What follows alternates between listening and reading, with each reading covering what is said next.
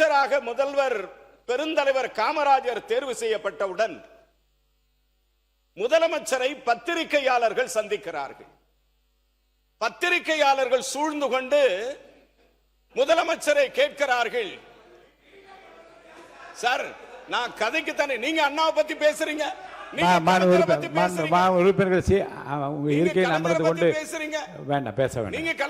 பேசுறீங்க, உங்க முதல்வரை பத்தி முன்னாள் முதல்வரை பத்தி அமைச்சர் சார் நீட்டுக்கு அமைச்சர் நீங்க பெருந்தலைவரை பற்றி இருங்க. உட்காருங்க உட்காருங்க உட்காருங்க உட்காருங்க நீங்க உட்காருங்க. உட்காருங்க உட்காருங்க நீங்க பேசுங்க. பெருந்தலைவரை பற்றி சொல்லிட்டு தீர்மானத்துக்கு வந்துருங்க. தீர்மானத்தை ஆதரிக்கிற கருத்தை சொல்லிட்டு முடிச்சிடணும். நீங்க வாங்க, பெருந்தலைவரை பற்றி சொல்லுங்க, முடிங்க. பெருந்தலைவர் காமராஜர் அவர்கள் பத்திரிகையாளர்கள் அவர்களை சந்திக்கிறார்கள்.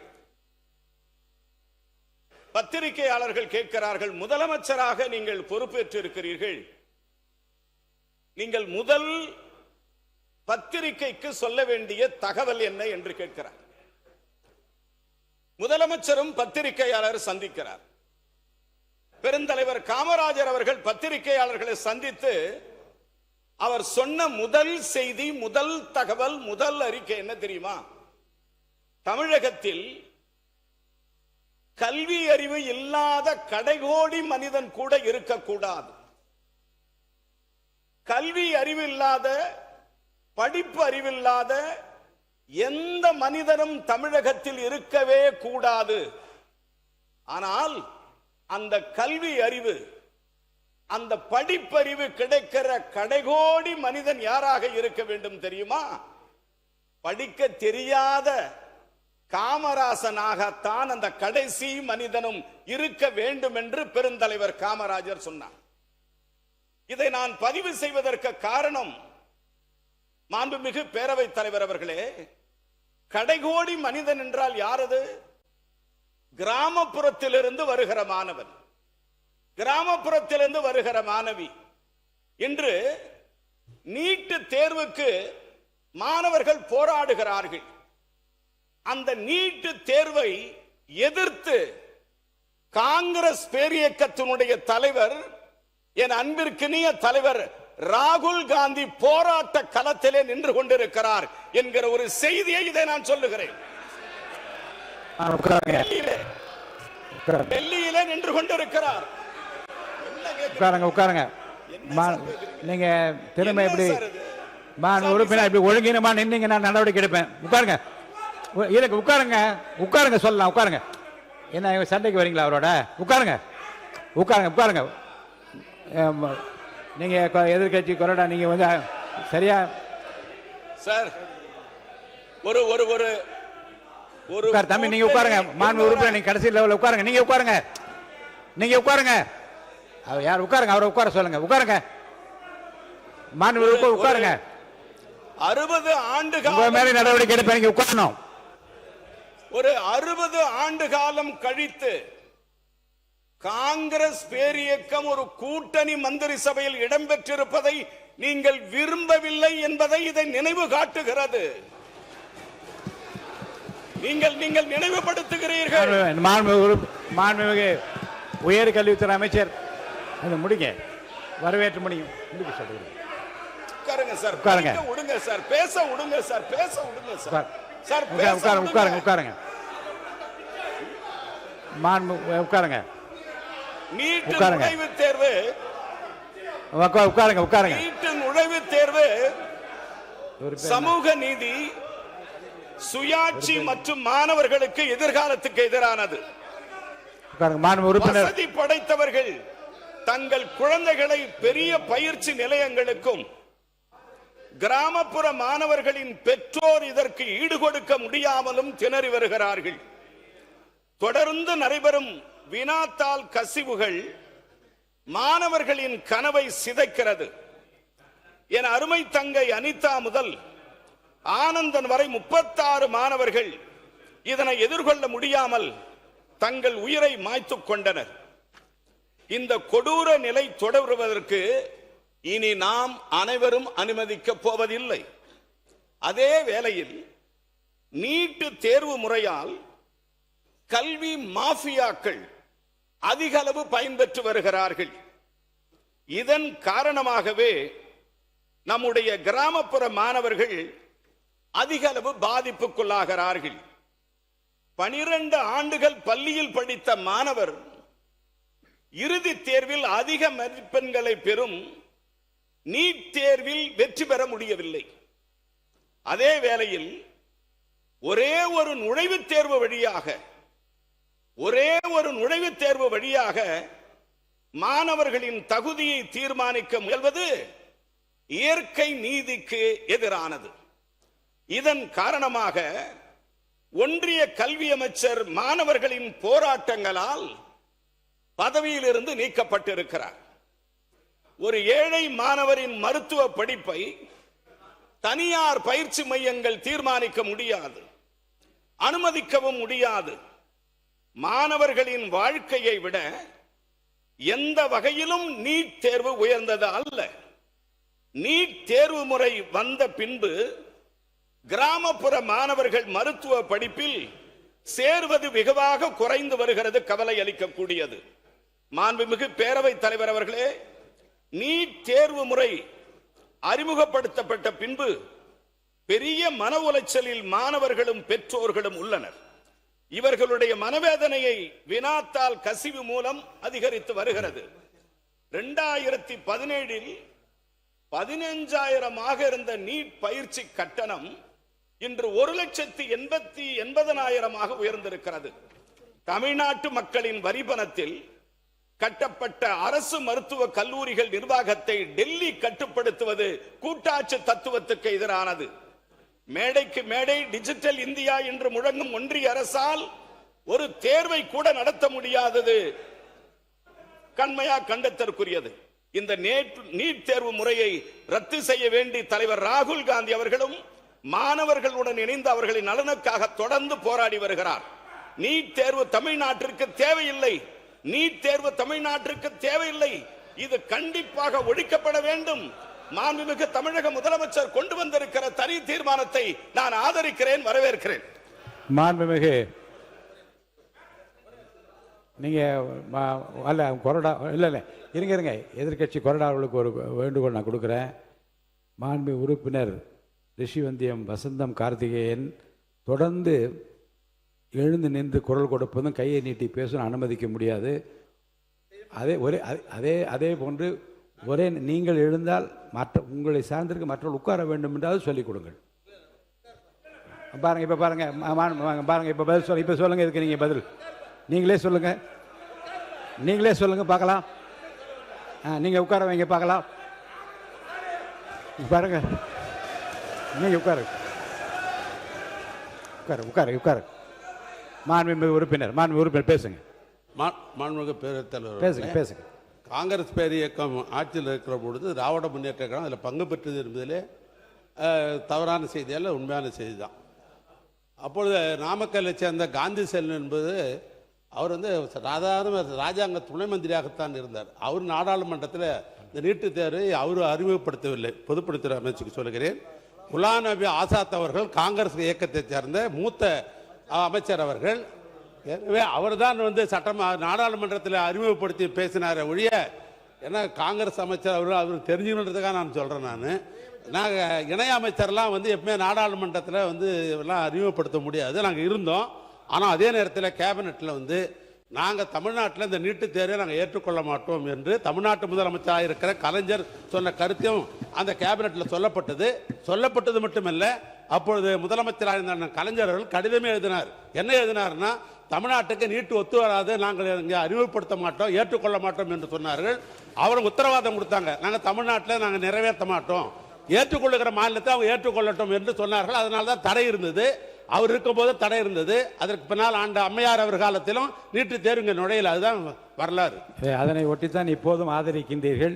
மாண்புமிகு மருத்துவ கல்வி மற்றும் மக்கள் நலத்துறை அமைச்சர் அவர்களின் தீர்மானம் பேரவையின் முடிவுக்கு விடப்படுகிறது. ஏற்போர் ஆம் என்க, மறுப்போர் இல்லை என்க. மறுப்போரே இல்லை என்று கருதுகிறேன். மறுப்போரே இல்லை. தீர்மானம் ஒருமனதாக நிறைவேறியது. மாண்புமிகு பள்ளி கல்வி, தமிழ் வளர்ச்சி, செய்தி மற்றும் விளம்பரத்துறை அமைச்சர் அவர்கள்.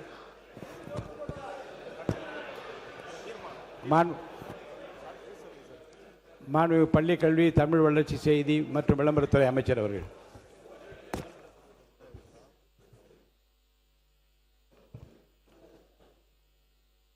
மாண்புமிகு பேரவைத் தலைவர் அவர்களே, வெளிநாட்டு பங்களிப்பு ஒழுங்குமுறை சட்டம் foreign contribution regulation act FCRA என்பது 2010ஆம் ஆண்டிலிருந்து செயலாக்கத்தில் உள்ளது. இது இந்தியாவில் செயல்படும் தன்னார்வ தொண்டு நிறுவனங்கள், அமைப்புகள் மற்றும் தனிநபர்கள் வெளிநாட்டு ஆதாரங்களில் இருந்து நிதியை பெறுவதையும் பயன்படுத்துவதையும் ஒழுங்குபடுத்தும் ஒன்றிய அரசின் ஒரு சட்டமாகும். இந்த சட்டத்தின் முக்கிய நோக்கமே வெளிநாடுகளில் இருந்து பெறப்படுகிற நிதி இந்தியாவின் தேசிய பாதுகாப்பு, இறையாண்மை, பொது ஒழுங்கு ஆகியவற்றுக்கு பாதிப்பை ஏற்படுத்தாதவாறு உறுதி செய்யும். அதே வேளையில் சமூக மற்றும் பொருளாதார வளர்ச்சிக்காக சட்டப்பூர்வமான சர்வதேச உதவிகள் இந்தியாவிற்கு கிடைப்பதற்கும் இந்த சட்டம் அனுமதிக்கிறது. தற்போது ஒன்றிய அரசு வெளிநாட்டு பங்களிப்பு ஒழுங்குமுறை திருத்த சட்ட முன்வடிவு 2026 தற்போது நாடாளுமன்றத்தில் முன்மொழிந்துள்ளது. மாண்புமிகு முதலமைச்சர் அவர்களை சிறுபான்மையினர் சமூகத்தை சார்ந்த பல்வேறு அமைப்புகளின் தலைவர்கள் நேற்று 10/8/2026 சந்தித்து FCRA சட்ட திருத்தத்தால் சிறுபான்மையினர் நடத்தும் சமூக நலம், கல்வி, மருத்துவம் மற்றும் இதர நிறுவனங்களுக்கு ஏற்படும் பாதிப்புகள் குறித்து எடுத்துரைத்து சட்ட திருத்த மசோதாவை திரும்ப பெற வேண்டும் என கேட்டுக்கொண்டார்கள். மேலும் வெளிநாட்டு பங்களிப்பு ஒழுங்குமுறை திருத்த மசோதா 2026 கீழ் வெளிநாட்டு பங்களிப்பு ஒழுங்குமுறை சட்டத்தின் கீழான பதிவு ரத்து செய்யப்படுதல், தன்னார்வமாக ஒப்படைக்கப்படுதல் அல்லது பதிவு காலாவதியாகுதல், புதுப்பிக்கப்படாமை அல்லது புதுப்பிப்பு மறுக்கப்படுதல் போன்ற சூழ்நிலைகளில் வெளிநாட்டு பங்களிப்புகள் மற்றும் அவற்றின் மூலம் உருவாக்கப்பட்ட சொத்துக்கள் தொடர்பாக ஒன்றிய அரசால் நியமிக்கப்பட்ட அதிகாரத்திற்கு, அதாவது டெசிக்னேட்டட் அத்தாரிட்டி, அதற்கு விரிவான அதிகாரங்கள் வழங்கப்படுவது குறித்தும் அத்தகைய அமைப்புகளின் வெளிநாட்டு பங்களிப்புகள் மற்றும் அந்த பங்களிப்புகளின் மூலம் முழுமையாகவோ அல்லது பகுதியாகவோ உருவாக்கப்பட்ட சொத்துக்கள் குறிப்பிட்ட சூழ்நிலைகளில் முதலில் தற்காலிகமாகவும் பின்னர் நிரந்தரமாகவும் நியமிக்கப்பட்ட அதிகாரத்திடம் ஒப்படைக்கப்படும் வகையில் முன்மொழியப்பட்டுள்ள நடைமுறைகள் குறித்தும் பல ஆண்டுகளாக சட்டப்பூர்வமான நன்கொடைகள் மற்றும் பங்களிப்புகள் மூலம் உருவாக்கப்பட்டு தற்போது மருத்துவமனைகள், பள்ளிகள், கல்வி நிறுவனங்கள், ஆதரவற்றோர் இல்லங்கள், குழந்தைகள் மற்றும் முதியோர் பராமரிப்பு இல்லங்கள், வழிபாட்டு தலங்கள், சமூக நல கட்டமைப்புகள், ஆராய்ச்சி நிறுவனங்கள் மற்றும் பிற பொதுநல செயல்பாடுகளுக்காக பயன்படுத்தி வரும் சொத்துகள் ஒரு அமைப்பின் FCRA பதிவு புதுப்பிக்கப்படாதது அல்லது புதுப்பிப்பு மறுக்கப்பட்டது என்ற காரணத்தால் மட்டும் பாதிக்கப்படுவது குறித்தும் வெளிநாட்டு பங்களிப்புடன் உள்நாட்டு நிதியும் கலந்து உருவாக்கப்பட்ட சொத்துகள் முழுமையாக நியமிக்கப்பட்ட அதிகாரத்தின் கட்டுப்பாட்டிற்குள் செல்லக்கூடிய நிலை ஏற்படுவதால் சொத்துரிமை, நியாயமான நடைமுறை, விகிதாச்சார கொள்கை மற்றும் சட்டப்பூர்வமான சொத்துகளின் பாதுகாப்பு ஆகியவை தொடர்பாக சிறுபான்மை அமைப்புகளுக்கு பாதிப்பு ஏற்படும் என்றும் பல்வேறு கவலைகளை முதல்வரிடம் தெரிவித்தார்கள். இந்த 2026 திருத்த சட்ட மசோதாவில் வெளிநாட்டு பங்களிப்பு பெறும் தொண்டு நிறுவனங்கள், கல்வி நிறுவனங்கள், சமூக நல அமைப்புகள் மற்றும் பிற அமைப்புகளின் சொத்துகள் தொடர்பாக ஒன்றிய அரசுக்கு வழங்கப்பட உள்ள கூடுதல் அதிகாரங்கள் குறித்து தமிழ்நாடு அரசு தனது கடும் ஆட்சேபனையை தெரிவித்துக் கொள்கிறது. வெளிநாட்டு நிதி முறையாக பெறப்பட்டு சட்டத்திற்குட்பட்டு வெளிப்படையாக பயன்படுத்தப்படுவதை உறுதி செய்வது அவசியம் என்பதை தமிழ்நாடு அரசு ஏற்றுக்கொள்கிறது.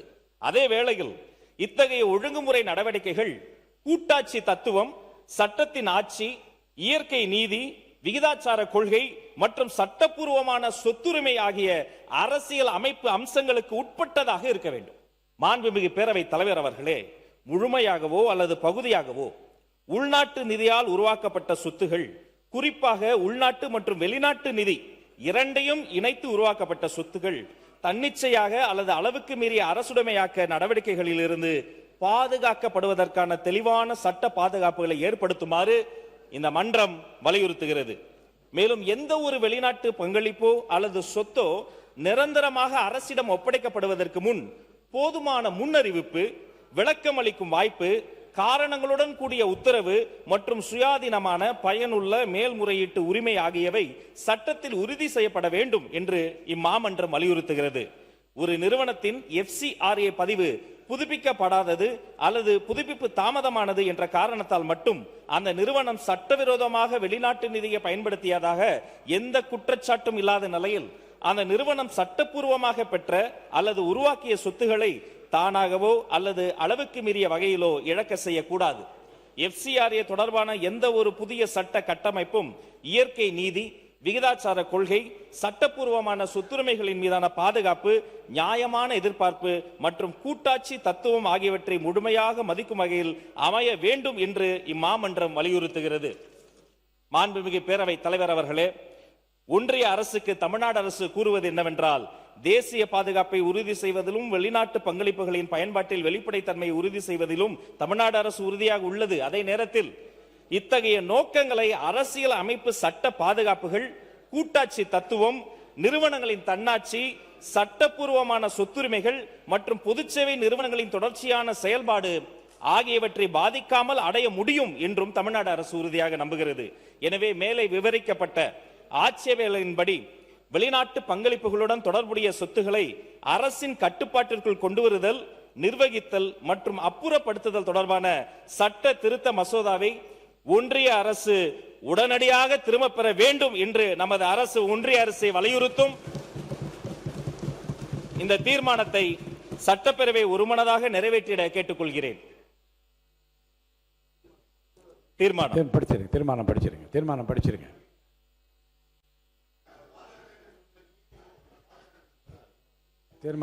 தீர்மானம். வெளிநாட்டு பங்களிப்பு ஒழுங்குமுறை திருத்த மசோதா 2026 தற்போதைய வடிவில் FCRA பதிவு காலாவதியாகுதல், புதுப்பிக்கப்படாமை, புதுப்பிப்பு மறுக்கப்படுதல், பதிவு ரத்து அல்லது ஒப்படைக்கப்படுதல் போன்ற காரணங்களால் தொண்டு நிறுவனங்களின் சொத்துக்களை அரசிடம் ஒப்படைத்தல், நிர்வகித்தல், மாற்றுதல் மற்றும் விற்பனை செய்தல் தொடர்பான விதிகள் குறித்து இம்மாமன்றம் ஆழ்ந்த கவலை தெரிவிக்கிறது. இவ்விதிகள் தொண்டு நிறுவனங்களின் தன்னாட்சியையும் குறிப்பாக சிறுபான்மையினர் நடத்தும் கல்வி மற்றும் சமூக நல நிறுவனங்களின் செயல்பாடுகளையும் பாதிக்கக்கூடும்.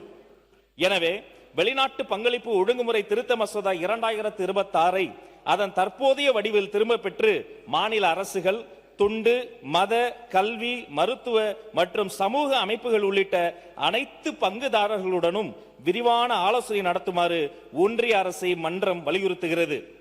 எந்த ஒரு திருத்த மசோதாவும் இயற்கை நீதி, விகிதாச்சாரம், சொத்துரிமை பாதுகாப்பு, நியாயமான எதிர்பார்ப்பு மற்றும் கூட்டாட்சி தத்துவம் ஆகியவற்றை உறுதி செய்ய வேண்டும். வெளிநாட்டு பங்களிப்புகளில் வெளிப்படைத்தன்மை மற்றும் பொறுப்புணர்வுடன் சட்டப்பூர்வமாக செயல்படும் தொண்டு, கல்வி, மருத்துவ, மத, கலாச்சார மற்றும் சமூக நல அமைப்புகளின் உரிமைகளை பாதுகாக்க வேண்டும். எனவே வெளிநாட்டு பங்களிப்பு ஒழுங்குமுறை திருத்த மசோதா 2026 அதன் தற்போதைய வடிவில் திரும்ப பெறுமாறு ஒன்றிய அரசை தமிழ்நாடு சட்டமன்றம் ஒருமனதாக வலியுறுத்துகிறது. மாண்புமிகு உறுப்பினர் திருமதி பிரேமலதா விஜயகாந்த் அவர்கள்.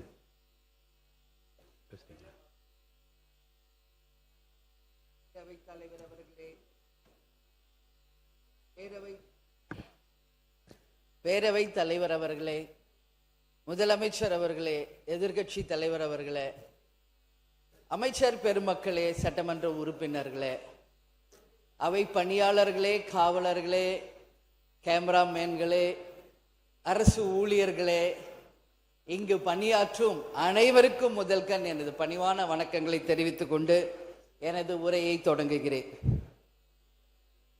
நேற்று தமிழ் மீதான தீர்மானம், இன்றைக்கு 2 முக்கியமான தீர்மானம் இந்த அவையில் நிறைவேற்றப்பட்டிருக்கிறது. அந்த வகையில் முதலில் நமது அவைத் தலைவர் அவர்களுக்கு தேமுதிக சார்பாக முதல்ல பணிவான வணக்கங்களையும் நன்றிகளையும் இந்த நேரத்தில் சொல்ல விரும்புகிறேன். ஏன்னா முக்கியமா 2 விஷயம். நேரடியாக தொலைக்காட்சிகளில் நேரலையில் சட்டசபை நிகழ்வுகளை காண்பிக்க வேண்டும் என்பதை இந்த அவையில் எதிர்க்கட்சி தலைவராக புரட்சி கலைஞர் கேப்டன் அவர்கள் வலியுறுத்தி அதற்காக எவ்வளவோ வாதாடினார். அப்பொழுதெல்லாம் நிறைவேறாத அந்த நேரலையை இன்றைக்கு நேரலையாக ஒளிபரப்பி கொண்டிருக்கும் இந்த அவைக்கும் முதல்வருக்கும் பேரவைத் தலைவருக்கும் எங்களது நன்றிகளை தெரிவித்துக் கொள்கிறோம்.